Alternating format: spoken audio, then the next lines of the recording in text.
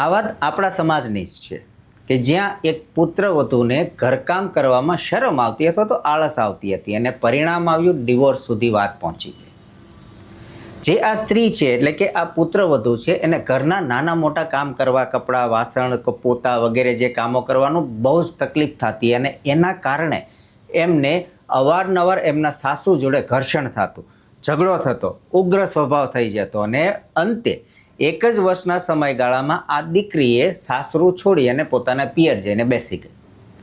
થોડાક સમય પછી એમના સસરા એમને મળવા માટે એટલે કે વેવાઈને મળવા માટે એમના ઘરે જાય છે. તો ત્યાં જઈને જોવે છે કે આ એ જ દીકરી, એ જ વહુ કે જેને પોતાના ઘરે એટલે કે સાસરીએ નાના નાના કામ કરવામાં શરમ આવતી કે આળસ આવતી, એ ત્યાં બેઠી બેઠી કપડાં ધોતી હતી.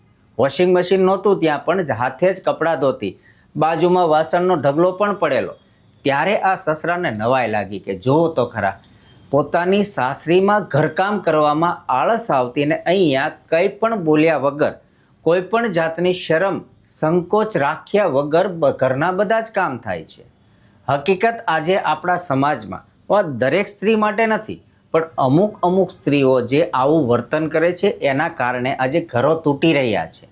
તો જેમ સમાજને વિચારવાની કે વિચાર બદલવાની જરૂર છે ને, એવી રીતે અમુક પુત્રવધુઓએ પણ પોતાના વિચારો બદલવાની જરૂર છે.